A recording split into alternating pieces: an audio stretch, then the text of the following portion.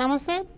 ఉపాధ్యాయ అర్హత పరీక్షకు సంబంధించి మనం చైల్డ్ డెవలప్మెంట్ అండ్ పెడగాగి విభాగంలో గ్రోత్ అండ్ డెవలప్మెంట్ అన్న పాఠ్యాంశానికి సంబంధించిన సమాచారంలో భాష వికాసం ఎలా జరుగుతుంది అన్న దాన్ని ఈ సెషన్లో తెలుసుకుందాం. భాషా వికాసం అన్న అంశాన్ని మనం చూసినట్లయితే చామ్స్కీ ప్రతిపాదించినటువంటి భాషా వికాస సిద్ధాంతం ప్రధానంగా భాష అన్నది పుట్టుకతో జన్మతః వచ్చేటువంటి లక్షణంగా పేర్కొంటూ ఉన్నారు. ఇది జన్యు సంబంధమైనటువంటి అంశంగా చామ్స్కీ చెప్తూ ఉన్నాడు. కాబట్టి చామ్స్కీ పేర్కొన్నటువంటి విధానంలో భాష స్కిన్నర్ ప్రతిపాదించినటువంటి విధానానికి దూరంగా కనిపిస్తుంది. స్కిన్నర్ ప్రవర్తనవాద సిద్ధాంతం ప్రకారం సాధన ద్వారా అభ్యాసం ద్వారా భాష వస్తుంది అని చెప్తూ ఉంటే చామ్స్కీ ఏమంటారంటే ఇది జన్మతః వచ్చేటువంటి అంశము జన్యు సంబంధమైనటువంటి అంశంగా పేర్కొన్నారు. కాబట్టి పరీక్ష దృష్ట్యా చామ్స్కీ ప్రతిపాదించినటువంటి భాషా వికాస సిద్ధాంతము అని అన్నది జన్యు సంబంధమైన అంశంగా పేర్కొంటాం. ఏ ప్రతిపాదనను ఇది తిరస్కరించింది అని అన్నప్పుడు స్కిన్నర్ చెప్పినటువంటి అభ్యాసం ద్వారా భాష నేర్చుకుంటారు అన్నటువంటి సాధన ద్వారా భాష నేర్చుకుంటారు అన్నటువంటి అంశాన్ని ఇది తిరస్కరిస్తుంది అన్నమాట. కాబట్టి చామ్స్కీ ఏమంటున్నాడు, భాష అంటే నేర్పబడేది కాదు ఆర్జించబడేది అంటారు. అంటే లాంగ్వేజ్ అక్విజిషన్ అంటాం. ఇది ఆర్జించబడినటువంటి అంశం, అంటే జన్మతః ఇది ఉంటుందన్నమాట. ప్రతి పిల్లవాడికి కూడా ప్రతి వ్యక్తికి కూడా ప్రతి శిశువు కూడా పుట్టుకతోనే భాష నేర్చుకునేటువంటి సామర్థ్యాన్ని కలిగి ఉంటారు అని అన్నది చామ్స్కీ అభిప్రాయం.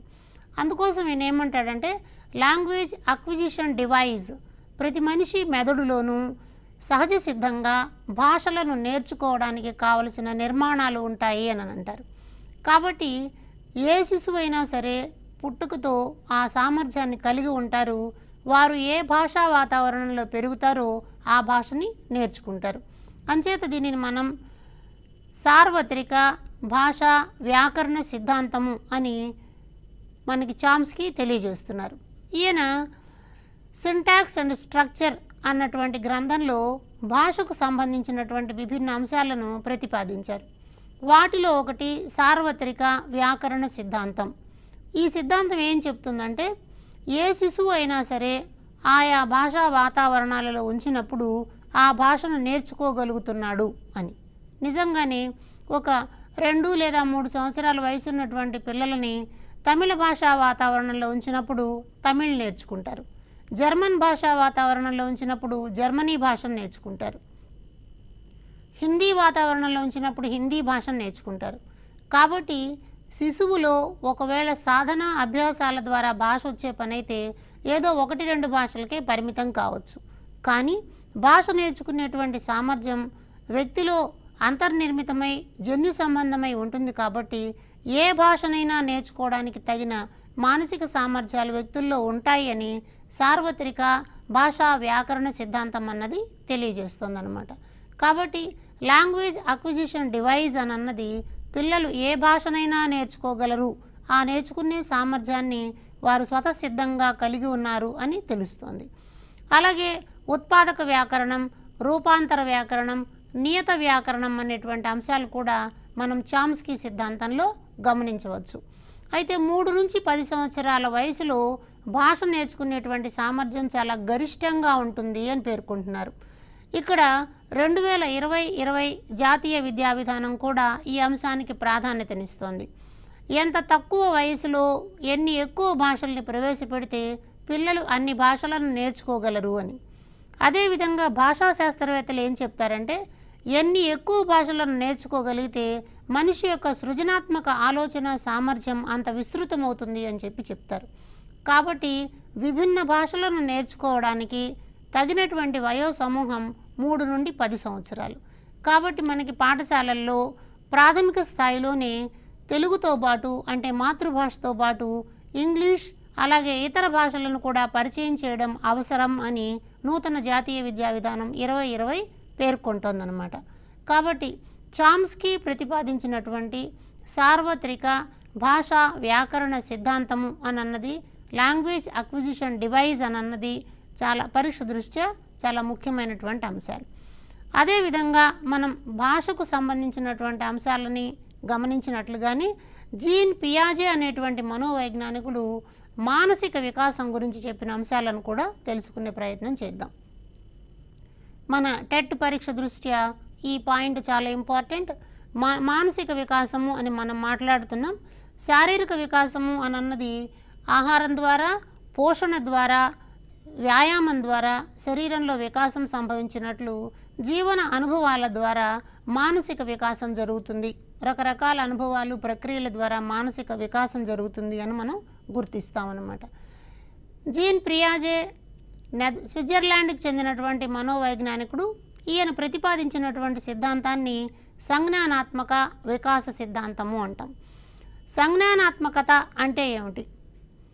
సంజ్ఞానాత్మకత అనంటే తన చుట్టూ ఉండేటువంటి సన్నివేశాలని, లేకపోతే పరిస్థితులని, ప్రపంచాన్ని అర్థం చేసుకుని తద్వారా కొన్ని అనుభవాలను క్రోడీకరించుకుని మానసికంగా వికాసం చెందడానికి చేసేటువంటి ప్రయత్నం. కాబట్టి ఇప్పుడు మనం మానసిక వికాసం అంటే ఏమని అర్థం చేసుకోవచ్చు? వ్యక్తి తన ప్రవర్తనను సర్దుబాటు చేసుకోవడానికి చేసే ప్రయత్నము. అంటే మానసిక వికాసం పొందారు అన్నటువంటిది ఎలా కనిపిస్తుందో మనకి తన ప్రవర్తనని సర్దుబాటు చేసుకునే కోణంలో కనిపిస్తుంది.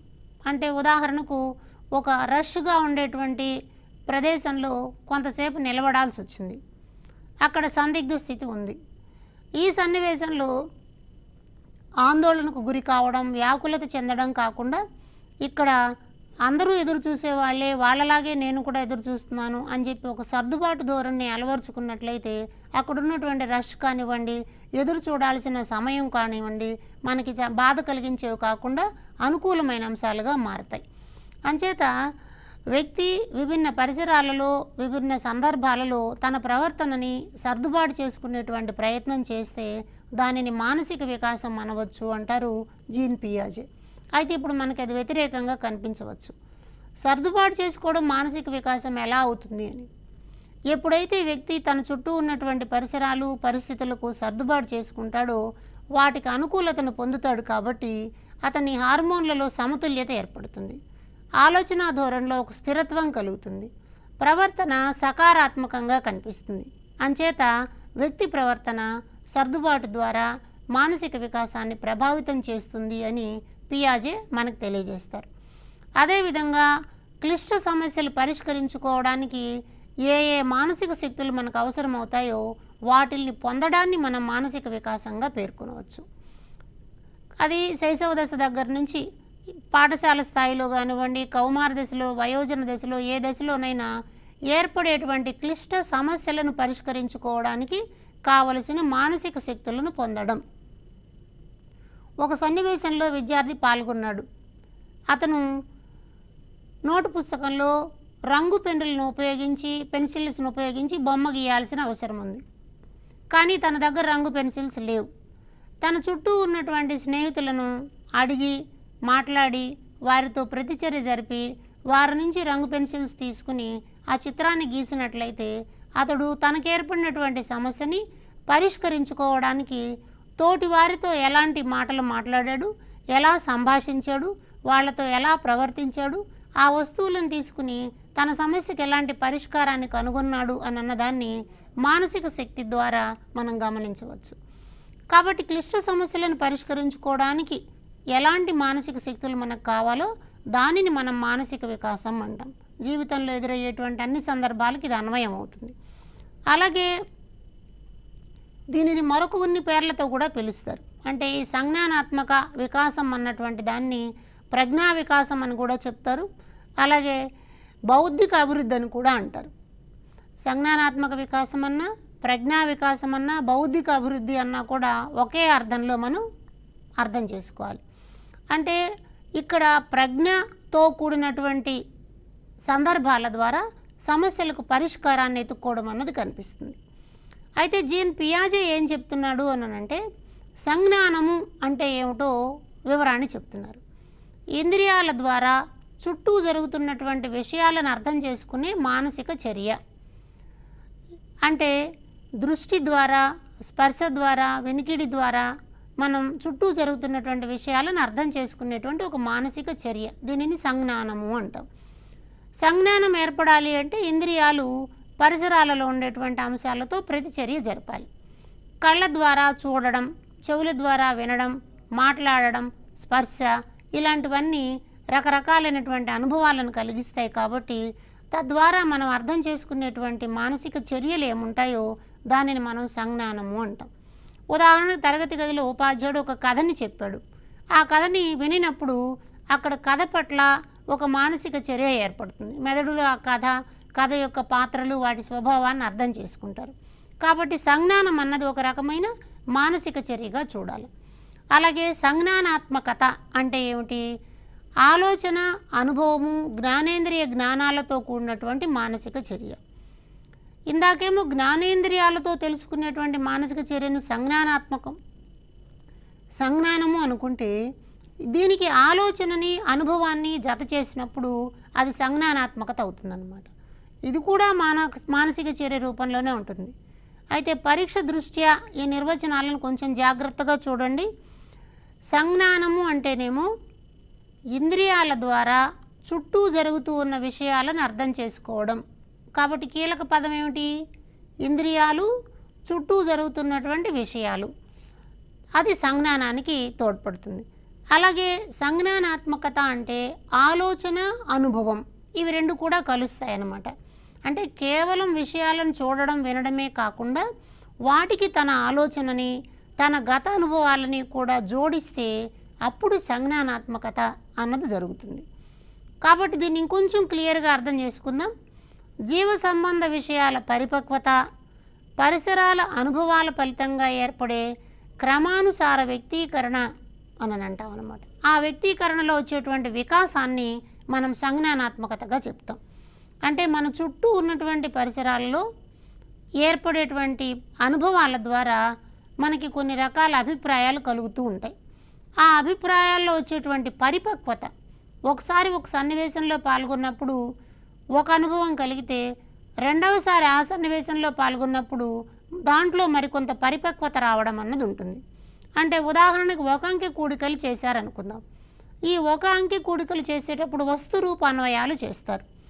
అంటే మూడు పుల్లలు, 4 పుల్లలు వరుసగా ఉన్నాయి. ఆ పుల్లలను లెక్కించి మొత్తం 7 అని చెప్పడం మొదటి దశలో జరుగుతుంది. ఇప్పుడు పుల్లల స్థానంలో రాళ్ళు ఉన్నాయనుకుందాం. ఈ రాళ్లను ఉపయోగించి లెక్కించడం, లేదా స్పైక్ అబకస్ ఉపయోగించి పూసలను పెట్టుకుని లెక్కించడం, ఇలా చేసే సందర్భాల్లో వారి ఆలోచన, గతంలో పొందినటువంటి అనుభవం రెండూ కూడా జతపడతాయి. కాబట్టి ఇలాంటి దాన్ని మనం సంజ్ఞానాత్మకత అంటాం. కాబట్టి మానసిక సామర్థ్యాలలో వికాసం జరిగి తన గురించి, పరిసరాల గురించి అర్థం చేసుకుని తనకు పరిసరాలకు మధ్యన సంబంధాన్ని ఏర్పరచుకునేటువంటి స్వభావం, ఏర్పడిన సంబంధం గురించి తెలుసుకునేటువంటి శక్తి, ఇవి రెండూ కూడా సంజ్ఞానాత్మకతగా మనకు కనిపిస్తాయి. అంటే ఇందాక మనం గణితంలో ఉదాహరణ చూసాం. ఇప్పుడు భాషలో ఒక ఉదాహరణ చూద్దాం. పిల్లవాడు కొన్ని 2 అక్షరాల పదాలను నేర్చుకున్నాడు. కల, వల, తల అనేటువంటి పదాలను నేర్చుకున్నాడు. తల అనగానే తల బొమ్మ ద్వారా ఇది తల అని చెప్పి చూస్తున్నాడు. వల అనగానే ఇది చేపలు పట్టుకోవడానికి పనికొస్తుంది అన్నటువంటి బొమ్మ ద్వారా దీన్ని చూశాడు. అంటే వస్తువుల ద్వారా పదాలను, తర్వాత దానికి సంబంధించినటువంటి సన్నివేశాలని ఇవన్నీ గుర్తించి వాటి మధ్య ఒక సంబంధాన్ని ఏర్పరచుకోవడం. వా అన్నటువంటి అక్షరానికి, వల అన్నటువంటి పదానికి, వల బొమ్మ ఉన్నటువంటి చిత్రానికి, ఈ మూడింటికి మధ్యన ఒక సంబంధాన్ని గుర్తించడము, అలాగే చేపలు పట్టేటువంటి బొమ్మని చూడడము, చేపల గురించి మాట్లాడడము, ఇవన్నీ కూడా వాటి మధ్య సంబంధాలను విస్తృతపరుస్తాయి అన్నమాట. కాబట్టి ఇలాంటి దానిని మనం సంజ్ఞానాత్మకత అంటాం. సంజ్ఞానాత్మకతలో ఆలోచన ఉంటుంది, అనుభవాలు ఉంటాయి, జ్ఞానేంద్రియాలతో కూడినటువంటి చర్యలు కనిపిస్తాయి. ఇలా మనం సంజ్ఞానాత్మక భావాలు కలగాలి అని అంటే పియాజే కొన్ని ప్రధానమైన అంశాలను చెప్తారు. వాటిని ఏమంటారంటే cognitive structures and cognitive functions అంటాం. కాగ్నిటివ్ స్ట్రక్చర్స్ అంటే ఒక అంశాన్ని చూసినప్పుడు దాని తాలూకు కొన్ని గుర్తులు ఏర్పడడం. ఈ అనుభవాల గుర్తులని మనం స్కీమా అంటాం. ఈ స్కీమా లేదా స్కిమాటా అని చెప్పేటువంటిది ఒక అనుభవాల గుర్తు. అంటే పిల్లవాడు ఒక గులాబీ పువ్వును చూశాడు. అది కమ్మటి వాసనతో మెత్తగా ఉంది. కాబట్టి గులాబీ పువ్వు అనగానే ఇది కమ్మని వాసన కలిగి ఉంటుంది, మెత్తగా ఉంటుంది, రంగురంగులలో ఉంటుంది అన్నటువంటి ఒక గుర్తుని మెదడులో ఏర్పరచుకుంటే దానిని స్కీమా అంటాం. ఈ స్కీమాలో కేవలం వస్తువు యొక్క ఆకారమే కాకుండా దాని యొక్క స్వభావము ఉంటుంది, దానితో కూడినటువంటి అనుభవాలు కూడా మనసులో ముద్ర వేసుకుంటాయి. కాబట్టి పిల్లవాడికి గులాబీ అని అనగానే ఇది ఒక చెట్టుకు పూసింది, దానికి చక్కటి రంగు ఉంటుంది, అలాగే కింద ముళ్ళు కూడా ఉంటాయి, కోసేటప్పుడు గుచ్చుకుంటాయి, కమ్మటి వాసన వస్తుంది, మా అమ్మ గులాబీ పూలని దండగా కట్టింది, ఇలా దాని తాలూకు అనుభవాలన్నీ కూడా గుర్తుపెట్టుకుంటే ఇది ప్రచాలకాలకు సంబంధించిందిగా కనిపిస్తుంది. కాబట్టి దానితో కొన్ని ఫంక్షన్స్ మనకు కనిపిస్తాయి. వీటిలో అనుకూలత, వ్యవస్థీకరణం అనేవి ప్రధానంగా పియాజే చెప్పినటువంటి అంశాలు. వీటి గురించి పరీక్ష దృష్ట్యా కొంచెం లోతుగా అర్థం చేసుకోవాల్సిన అవసరం ఉందన్నమాట. కాబట్టి స్కీమా లేదా స్కిమాటా అంటే ఏమనుకుంటున్నాము? అనుభవాలను అర్థం చేసుకోవడానికి, పరిసరాలతో ప్రతిస్పందించడానికి తోడ్పడే సంఘటనాత్మక నిర్మాణాలు లేదా గుర్తులు. అంటే ఏ జీవిత అనుభవంలోనైనా, ఉదాహరణకి ఒక పిల్లవాడు ఒక గ్లాస్తో పాలు తాగుతున్నాడు అనుకుందాం. అతను రోజు పాలు తాగడానికి ఉపయోగించే ఆ కప్పు మీద ఒక చిన్న పిల్లి బొమ్మ ఉంది. కాబట్టి వాడికి పాలు గ్లాసు అని అనగానే ఆ కప్పు గుర్తుకు రావడం, దాని మీద ఉన్న పిల్లి బొమ్మ గుర్తుకు రావడం, వాళ్ళు అమ్మించినటువంటి పాలు వేడిగా ఉంటే కప్పు తాకగానే వేడిగా అనిపించడం, ఇలాంటి అనుభవాలన్నింటినీ మనం స్కీమా అంటాం. ఒక్కొక్క వ్యక్తి ఒక్కొక్క సన్నివేశంలో పాల్గొన్నప్పుడు ఆ అనుభవం తాలూకు ముద్రలు మెదడులో ఏర్పడితే అలాంటి సంఘటనాత్మక నిర్మాణాలు లేదా గుర్తులు స్కీమా అని చెప్పబడతాయి. ఉదాహరణకు ఒక పిల్లవాడు బడిలో చేరినాడు, ఉపాధ్యాయుడు అతన్ని దగ్గరకు తీసుకుని ఒక మంచి రంగుల పెన్సిళ్ళ బాక్స్ని బహుమతిగా ఇచ్చాడు. కాబట్టి బడిలో చేరిన మొదటి రోజు రంగు పెన్సిల్స్ బాక్స్తో ఒక గుర్తుగా నిలబడితే అది స్కీమా అవుతుందన్నమాట. అలాగే ఆలోచన, వివేచన, సృజనాత్మకత లాంటి ఉన్నత మానసిక చర్యలు సమస్యని పరిష్కరించుకోవడానికి ప్రయత్నం చేస్తే అది ప్రచారకాలుగా పనికొస్తుంది. అంటే ఒక సన్నివేశాన్ని పరిశీలించి చూసినప్పుడు అక్కడ కొంత ఆలోచనతోటి, వివేచనతోటి, సృజనాత్మకంగా ఆ సమస్యని పరిష్కరించారు. ఫర్ ఎగ్జాంపుల్, ఒక బాటిల్ మూత ఉంది, వాటర్ బాటిల్ మూత గట్టిగా ఉంది. గట్టిగా ఉండేటువంటి వాటర్ బాటిల్ మూతని తీయాలి. ఇలా తీయాలి అంటే దాన్ని ఎంతసేపటికి రాలేదనుకోండి, ఆ సమస్య కోసం ఒక ఆలోచన చేయాలి. ఇది ఎందుకు గట్టిగా ఉంది, దీనికి ఒక వివేచన, సృజనాత్మకత అవసరం. కాబట్టి తన చేతులు నున్నగా ఉన్నాయి, అంచేత మూత మీద ఒక కర్చీఫ్ని పెట్టి ఆ గుడ్డను గట్టిగా పట్టుకుని మూత తిప్పినప్పుడు మూత ఊడొచ్చింది అనుకుందాం. అప్పుడు దానిని మనం ఆలోచన ద్వారా, వివేచన ద్వారా, సృజనాత్మకతను ఉపయోగించి ఒక సమస్య పరిష్కారం చేసినట్లుగా తెలియజేస్తాం. కాబట్టి ప్రచాలకాల్లో పిల్లలకి తప్పనిసరిగా సృజనాత్మక ఆలోచన ధోరణిని పెంపొందించేటువంటి అంశాలు ఉంటాయన్నమాట. అయితే పియాజే ఏం చెప్తున్నాడంటే, మానసిక వికాసం జరగాలి అని అంటే అనుకూలత అని అన్నది చాలా ఇంపార్టెంట్ అంటాడు. ఎప్పుడైనా సర్దుబాటు అనన్న దాని ద్వారా, అనుకూలత అనన్న దాని ద్వారా మానసిక వికాసం జరుగుతుంది. అనుకూలత అనంటే ఒక దశ నుంచి ఇంకొక దశకు వచ్చేటువంటి సందర్భంలో ఏర్పడిన సంక్లిష్ట స్థితికి చేసుకునేటువంటి సర్దుబాటు. అంటే ఉదాహరణకు ఒక విద్యార్థి 6వ తరగతి పూర్తయిన తర్వాత ఒక పాఠశాల నుండి 7వ తరగతికి మరొక పాఠశాలకు మారాడు.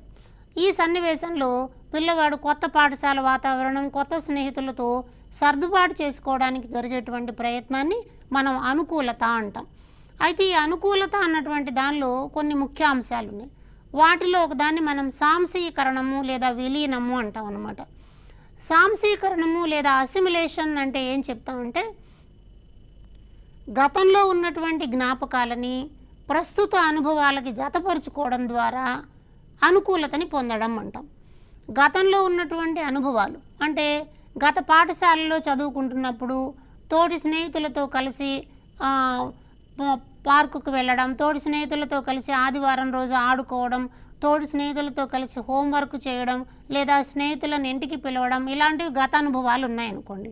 నూతన సన్నివేశంలో కూడా అలాంటి వాటిని, తోటి స్నేహితులని ఇంటికి రమ్మని ఆహ్వానించడం, ఇలా చేసుకున్నట్లయితే తొందరగా అక్కడ అనుకూలత చెందడానికి అవకాశం ఉంటుంది. కాబట్టి గత అనుభవాలని, గత జ్ఞాపకాలని ప్రస్తుత సన్నివేశాలకి అన్వయం చేసుకోవాలి. అంటే ఏం లేదు, మరొక ఉదాహరణను మనం ఇక్కడ గమనిద్దాం. ఒక అంకె కూడికలు నేర్చుకున్నాడు పిల్లవాడు. స్థాన విలువలు అర్థమైనాయి. 2 అంకెల కూడికల్ని నేర్చుకున్నాడు.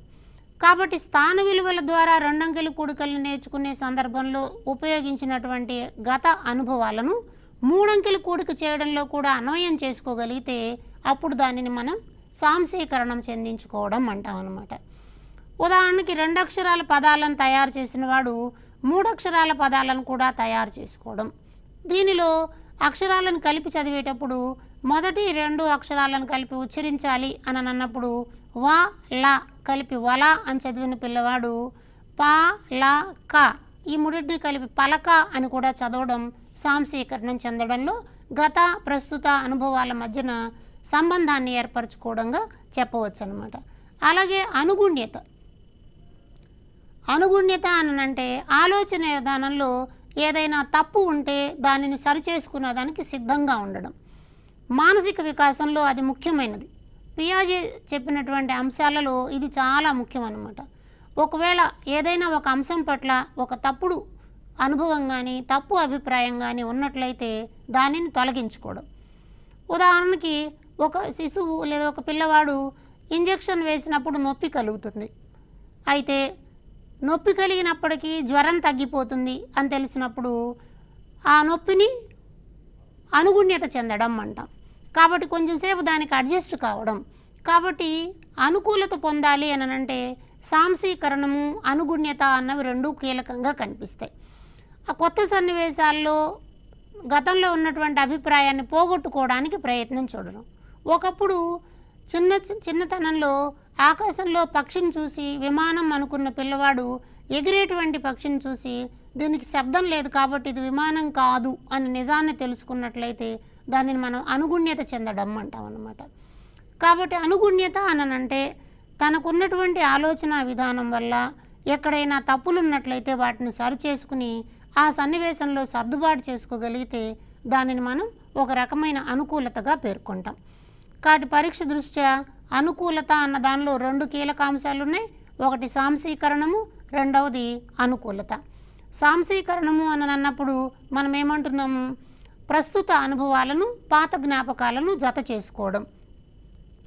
అలాగే అనుగుణ్యత అన్నప్పుడు ఏం చెప్తున్నాం, ఆలోచన విధానంలో ఉన్నటువంటి తప్పులని సరిచేసుకోవడం అంటాం.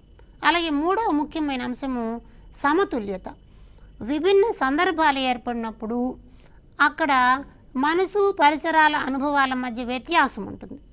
అంటే గతంలో జరిగినటువంటి అనుభవాలకు ప్రస్తుత పరిసరాల్లో ఉండేటువంటి అనుభవాలకు మధ్యన గ్యాప్, ఈ గ్యాప్ ఎక్కువగా ఉంటే అసమతుల్యత అన్నది ఏర్పడుతుందన్నమాట. ఈ అసమతుల్యతని తగ్గించుకుంటూ పోతే సమతుల్యత అన్నది వస్తుంది. కాబట్టి అనుగుణ్యత ద్వారా కొత్త స్కీమాను ఏర్పరచుకుని సమతుల్యతను పొందడం అన్నది వీలవుతుందన్నమాట. అందుకని మనం సమతుల్యత చెందాలి అంటే నూతన పరిసరాల్లో ఏర్పడినప్పుడు ఆ నూతన పరిసరాల్లో గత అనుభవాలను కూడా దగ్గర తీసుకుని ఆలోచనలో మార్పు చేసుకుని గ్యాప్ను తగ్గించుకున్నట్లయితే సమతుల్యత అన్నది జరుగుతుందన్నమాట. అంటే దీన్ని మనం ఎలా అర్థం చేసుకోవచ్చు, కొత్త పాఠశాలలో ప్రవేశించినటువంటి విద్యార్థి పాఠశాలలో ఉపాధ్యాయులను అలాగే విద్యార్థులను గతంలో ఉన్నటువంటి అనుభవాలను దృష్టిలో ఉంచుకుని మనం క్రమశిక్షణ పాటించినట్లయితే ఉపాధ్యాయులు మనల్ని చాలా ప్రేమగా చూస్తారు. తర్వాత నిర్ధారిత పనులను మనకి ఇచ్చినవి తప్పనిసరిగా చేసినట్లయితే తోటి స్నేహితులు ఉపాధ్యాయులు మన పట్ల సాదర భావంతో ఉంటారు అని తను అనుగుణ్యత చెందే ప్రయత్నం చేసినప్పుడు కొత్త పాఠశాల అయినా కూడా అక్కడ ఏర్పడినటువంటి అసమతుల్యత అన్నది తగ్గిపోయి సమతుల్యత వైపుకు వస్తారు. సమతుల్యత వైపుకు రావడం వలన మానసిక ఆరోగ్యం అన్నది కలుగుతుంది. కాబట్టి వ్యక్తి తనకు ఏర్పడినటువంటి వివిధ సందర్భాల్లో ఒక ఉద్యోగి కొత్త ఆఫీసులో చేరాడు. కొత్త ఆఫీసులో చేరినప్పుడు అధికారి చెప్పినటువంటి అంశాలను పాటించడం, సమయపాలన చేయడం, పనిని ఎప్పటికప్పుడు పూర్తి చేయడం అన్నటువంటి అంశాలను పాటించడం ద్వారా కొత్త వాతావరణానికి అనుగుణ్యత చెందడం ద్వారా సమతుల్యత అన్నదాన్ని తొందరగా సాధించగలుగుతాడు. కాబట్టి మానసిక ఆరోగ్యంగా ఉండడానికి అవకాశం వస్తుంది. అలాగే ఈ భావనను అర్థం చేసుకోవడంలో మరొక ముఖ్యమైన పదం వ్యవస్థీకరణం అంటాం. వ్యవస్థీకరణం ఏమిటంటే కొత్త స్కిమాటాలను రూపొందించుకున్న తర్వాత గత అనుభవాలతో వాటిని జత చేసుకుని బంధాన్ని దృఢతరం చేసుకోవడం. అంటే విడివిడిగా ఉండేటువంటి సంజ్ఞానాత్మక నిర్మాణాలన్నింటినీ ఒకటిగా చేసుకోవడం. ఇది కొంచెం సంక్లిష్టమైన భావన, దీన్ని అర్థం చేసుకోవడానికి ప్రయత్నం చేద్దాం. వ్యవస్థీకరణం చెందడం అనంటే రకరకాలైనటువంటి సంజ్ఞానాత్మక నిర్మాణాలని మనం ఉమ్మడి వైపుకు తీసుకొని వచ్చేటువంటి ప్రయత్నం చేయడం. అంటే ఉదాహరణకు ఒక సైన్స్ ప్రయోగాన్ని చేస్తూ ఉన్నాం. సైన్స్ ప్రయోగాన్ని చేసేటప్పుడు పరికరాన్ని పట్టుకోవడం అన్నది ఒక ముఖ్యమైన అంశం. అలాగే వచ్చినటువంటి రిజల్ట్ని రాసుకోవడం అన్నది ఒక అంశం. వీటన్నిటినీ ఒక దగ్గరకు చేర్చి తద్వారా ఒక నిరూపణకు వచ్చేటువంటి ప్రయత్నం చేయడం. కాబట్టి వ్యవస్థీకరణం చెందేటువంటి సందర్భాల్లో కొత్త కొత్త స్కీమాలు ఏర్పడుతూ ఉంటాయి. కొత్త ప్రదేశాల్లో వచ్చినటువంటి కొత్త అనుభవాలు, వాటికి గత అనుభవాన్ని జత చేర్చుకుంటాం, తద్వారా బంధాన్ని బలపరుచుకునేటువంటి ప్రయత్నం చేస్తాం. కాబట్టి వ్యవస్థీకరణం చెందడం అంటాం. అంటే పిల్లవాడు ఒక పుస్తకంలో రంగుల బొమ్మను గీయాలి అని అనుకున్నప్పుడు ఇంతకుముందు తాను గీసినటువంటి పడవ బొమ్మ ఎంత తేలిగ్గా గీతల ద్వారా గీయగలిగాడు, కుండ బొమ్మను ఎంత తేలిగ్గా గీతల ద్వారా గీయగలిగాడు, దానిని అన్వయం చేసుకుంటూ ఇప్పుడు ఒక ఫ్లవర్ వాజ్ని గీసే ప్రయత్నం చేశాడు అనుకుందాం. అంటే గతంలో ఉన్నటువంటి బొమ్మ గీసే అనుభవాలని ఇక్కడ అన్వయం చేసుకుంటూ ఫ్లవర్ వాజ్ అనగానే కుండ లాంటి ఆకారాన్ని కలిగి ఉంటుంది. దానికి పైన కాడల్ని గీసేటప్పుడు పడవలా కాడల్లాగా గీయవచ్చు. ఇట్లా అన్వయం చేసుకోవడం ద్వారా అక్కడ గీతలని దృఢతరం చేసుకుని కొత్త సంజ్ఞానాత్మక నిర్మాణాన్ని ఏర్పరచుకుంటాడనమాట. దీనిని మనం వ్యవస్థీకరణం అంటాం. అయితే ఈ సంజ్ఞానాత్మక వికాసంలో పియాజే రకరకాల దశల గురించి చెప్పారు. వాటిల్లో ఒకటి ఇంద్రియ చాలక దశ అంటాం. పుట్టినప్పటి నుంచి 2 సంవత్సరాల వయసు వరకు ఉండేటువంటి దాన్ని ఇంద్రియ చాలక దశ అంటాం. ఈ దశలో జ్ఞానేంద్రియాల ద్వారా చుట్టూ ఉన్నటువంటి అంశాలను చూస్తారు. అంటే కళ్ళతో చూడడం, చెవులతో వినడం ఇవన్నీ కనిపిస్తాయి. అలాగే పూర్వ ప్రచాలక దశ 2 నుండి 7 సంవత్సరాల వరకు ఉంటుంది. ఇందులో మనకి 2 అంశాలు కనిపిస్తాయి. పూర్వ భావనాత్మక దశ అన్నది 2 నుంచి 4 సంవత్సరాల కాలంలో ఉంటుంది. ఈ దశలో భాష బాగా వేగంగా పెరుగుతుంది.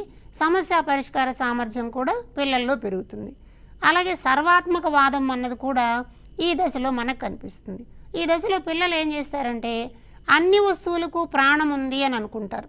అంటే చెక్క గుర్రం మీద ఆడుకుంటూ గుర్రానికి ప్రాణం ఉంది అని అనుకుంటారు. బొమ్మ వస్తువులతో ఆడుకుంటూ బొమ్మకి ప్రాణం ఉంది అనుకుంటారు.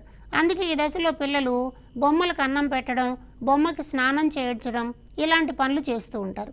కాబట్టి సర్వాత్మక వాదం అన్నది ఇక్కడ మనం చూడొచ్చు. అలాగే అంతర్బుద్ధి దశ అనేటువంటిది 4 నుంచి 7 సంవత్సరాల వయసు వరకు కనిపిస్తుంది.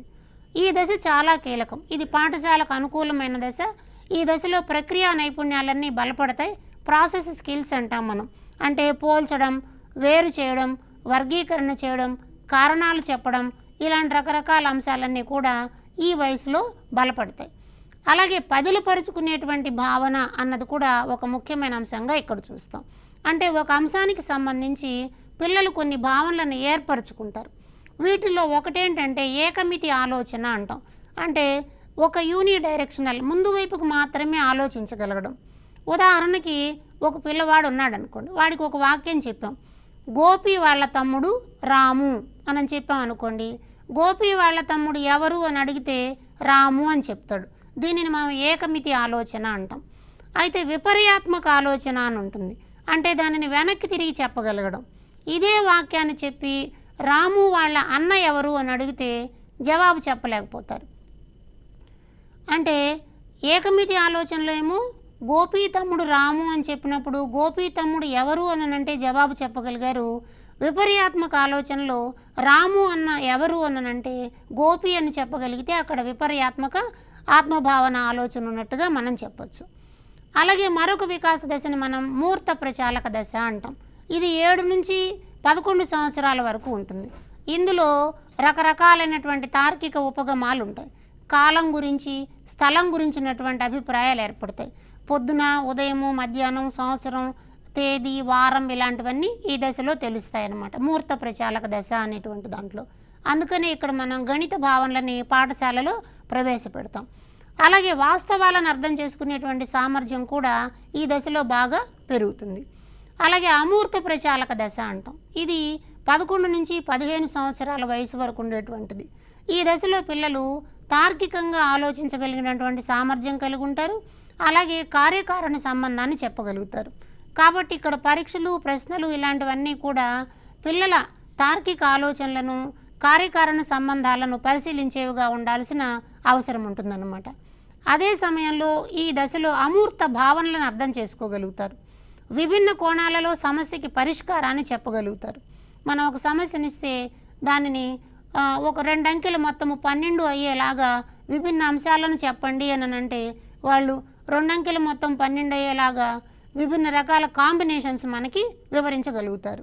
లేదా ఏవైనా 2 అంకెలు తీసుకుని 4 గణిత ప్రక్రియలను ఉపయోగించి 12 సమాధానం వచ్చేలాగా చేయండి అని అడిగినప్పుడు కూడా రకరకాల కాంబినేషన్స్ తోటి వాళ్ళు సమాధానాలని తయారు చేస్తారు.